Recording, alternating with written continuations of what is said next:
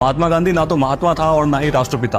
1946 में नोआखाली के दंगों में जब मुसलमानों द्वारा हिंदुओं का नरसंहार किया जा रहा था और हिंदू बच्चों के साथ बलात्कार हो रहे थे, तब इसी गांधी ने कहा था कि बलात्कार से बचने के लिए हिंदू महिलाएं अपना गला घोटकर या जीभ काटकर आत्महत्या कर ले या तो जहर खाकर अपनी जान दे दे। इसका उल्लेख आपको कलेक्टेड वर्क्स ऑफ गांधी के वॉल्यूम 85 के पेज नंबर 491 पर मिल जाएगा। हिंदू महिलाओं को सुरक्षित करने और मुसलमानों को समझाने की बजाय जो व्यक्ति हिंदू महिलाओं को आत्महत्या करने की सलाह देता हो, वो व्यक्ति राष्ट्रपिता कैसे हो सकता है? और हिंदुओं से इसकी घृणा के कितने ही प्रमाण दूं मैं आपको। देश के बंटवारे के वक्त पाकिस्तान में जिन हिंदुओं को अल्लाहू अकबर के नारे लगाकर मार दिया गया, उन्हीं मुसलमानों के दिल्ली में स्थित शरणार्थी कैंप में गांधी कुरान का पाठ करवाते थे। इसका उल्लेख आपको गांधी पूर्ण आहुति के वॉल्यूम 4 के पेज नंबर 19 पर मिल जाएगा।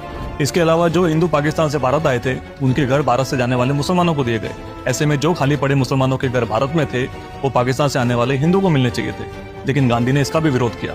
और ना ही वो कोई महात्मा थे। ऐसा मैं क्यों कह रहा हूँ, एक बार ये पढ़िए। प्रभावती अनेक बार मुझे गर्मी पहुंचाने के लिए मेरे साथ सोई है।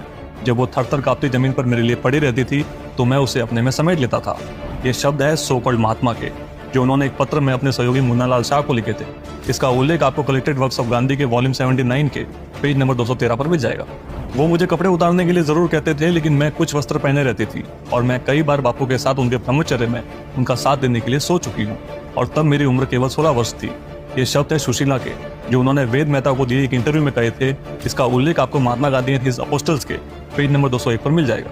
मैं उसे अपने पास सोने देता हूँ और मनु बिना कोई कपड़ा पहने ही सोती है, और मैं इस बात से बहुत खुश हूँ कि उसे बहुत गहरी नींद आती है। ये शब्द भी उसी महात्मा के हैं जो उन्होंने अपने सेक्रेटरी प्यारेलाल को 30 दिसंबर 1946 के दिन लिखे थे। इसका उल्लेख आपको कलेक्टेड वर्क ऑफ गांधी के वॉल्यूम 94 के पेज नंबर 333 पर मिल जाएगा।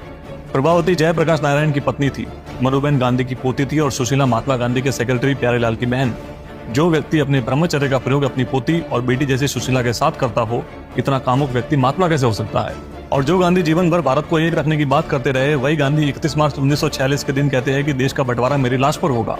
1 अप्रैल को कहते हैं कि देश की सत्ता जिन्ना को सौंप दो, और 2 अप्रैल को बंटवारे के लिए राजी हो जाते हैं। हर बात पर अनशन पर बैठने वाले गांधी ने देश के बंटवारे को रोकने के लिए कोई अनशन क्यों नहीं किया?